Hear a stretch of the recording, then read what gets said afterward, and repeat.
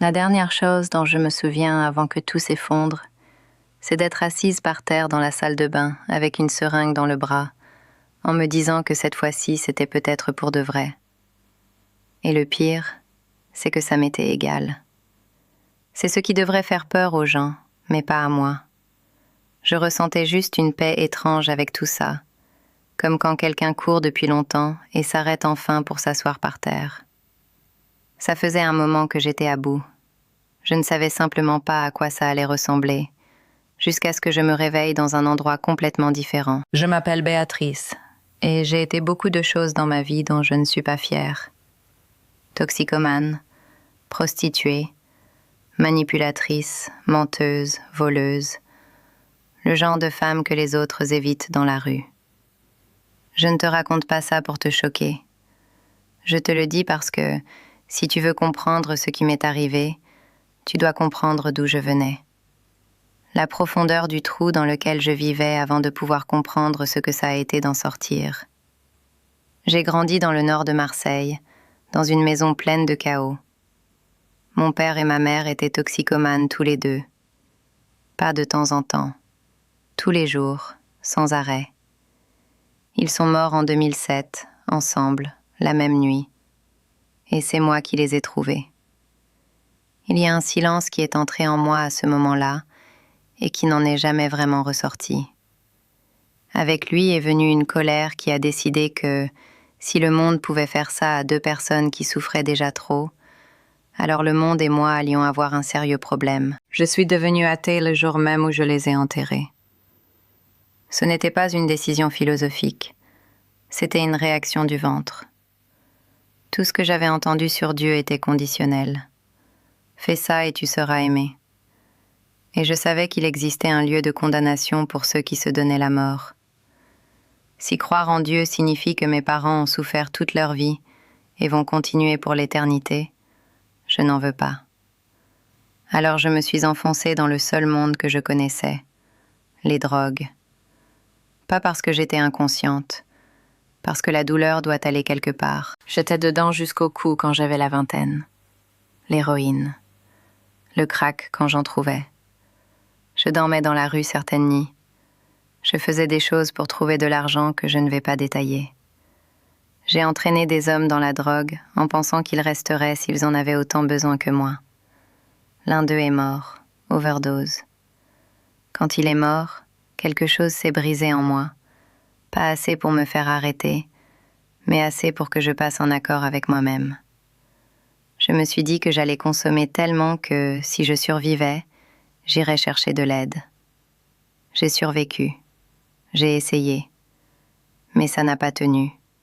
Rien ne tenait. Les années se sont brouillées, et en mars 2019, je n'étais plus guère qu'une ombre qui marchait. C'est là que c'est arrivé. J'ai fait une overdose le 23 mars 2019. J'étais seule. Ce que j'avais pris ce soir-là était trop. Et je suis sortie de mon corps. La première chose en sortant n'était pas la paix, pas la lumière, pas la chaleur. C'était chaque chose que j'avais faite à quelqu'un d'autre, tout d'un coup. Chaque visage, chaque femme que j'avais manipulée. Mais je ne voyais pas seulement le souvenir, je ressentais ce qu'elles avaient ressenti.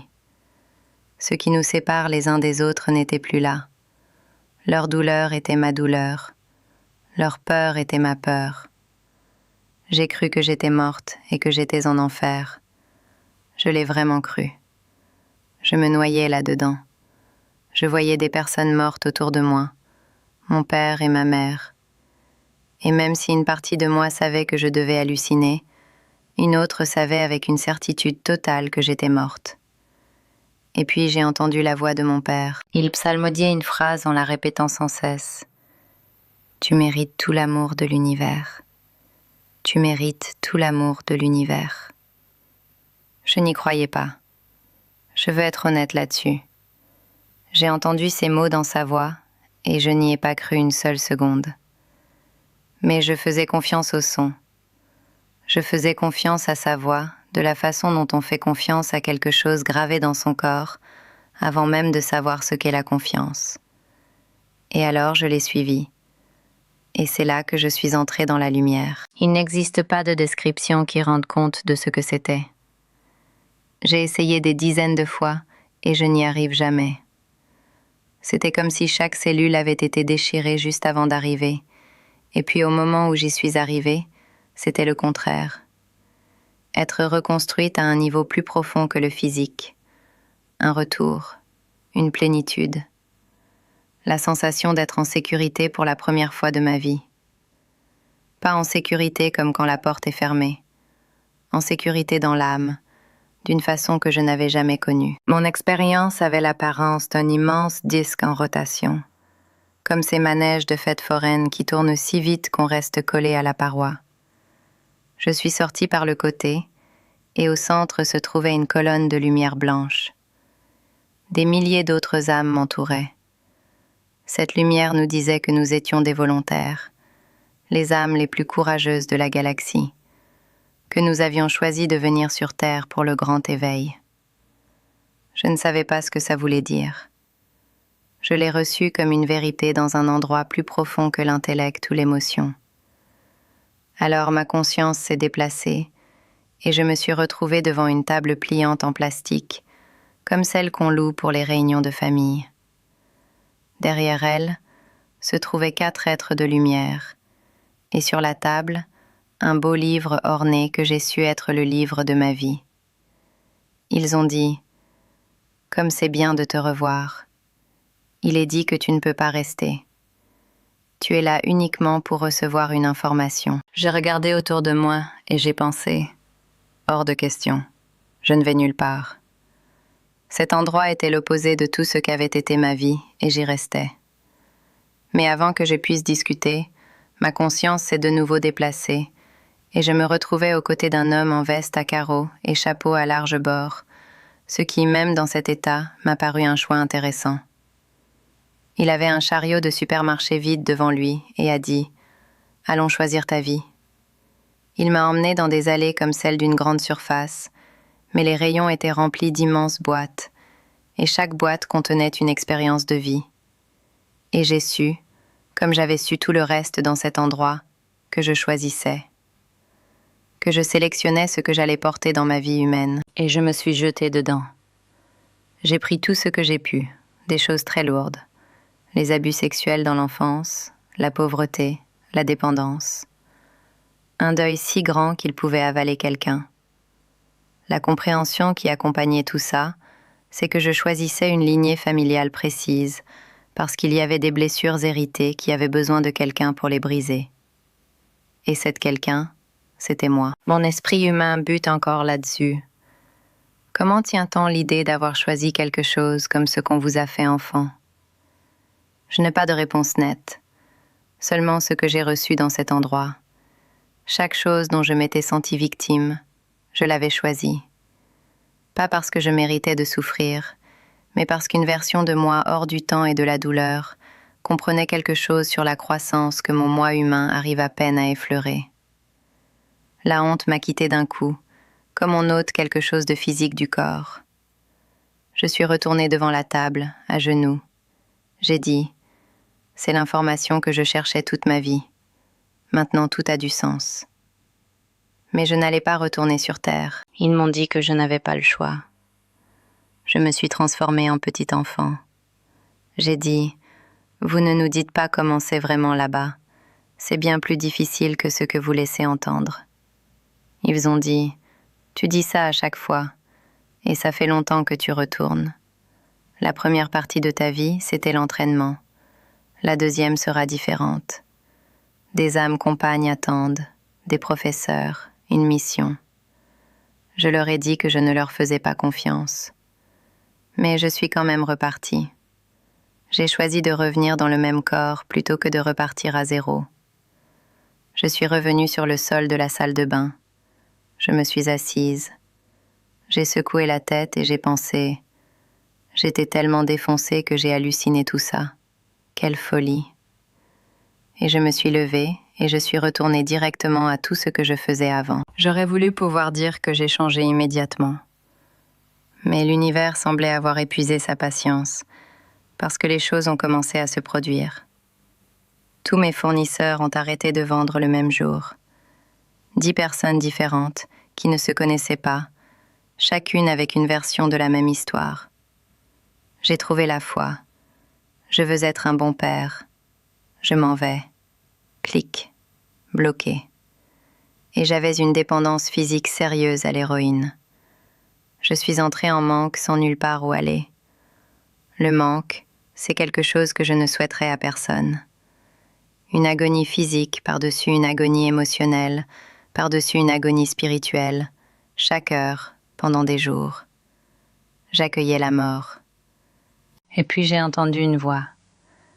Elle m'a dit que je pouvais demander ce dont j'avais besoin. J'ai dit « Enlève-moi l'addiction, s'il te plaît ». Elle m'a dit de compter à rebours depuis 10. En comptant, j'ai vu dans mon esprit 2 petits hommes en blouse blanche, chacun poussant une petite tondeuse, partant en direction opposée à travers mon esprit. J'ai senti une chaleur intense commencer au sommet du crâne et descendre, puis un flash de lumière blanche. J'ai été guérie. Je sais ce que ça peut paraître. Sorti instantanément du 3e jour de manque, c'était parti, disparu. J'ai commencé à crier. Je répétais « Je ne mérite pas ça. Je suis une toxicomane. J'ai fait des choses terribles aux gens. Je ne crois même pas en Dieu. Pourquoi moi ?» Et puis je les ai entendus de nouveau, tous en chœur. « Tu mérites tout l'amour de l'univers. Tu mérites tout l'amour de l'univers. » Je n'ai pas bien géré les semaines qui ont suivi.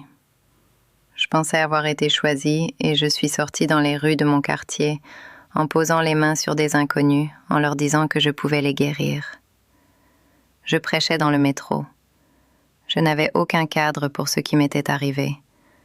Juste cette expérience immense, sans rien pour la soutenir.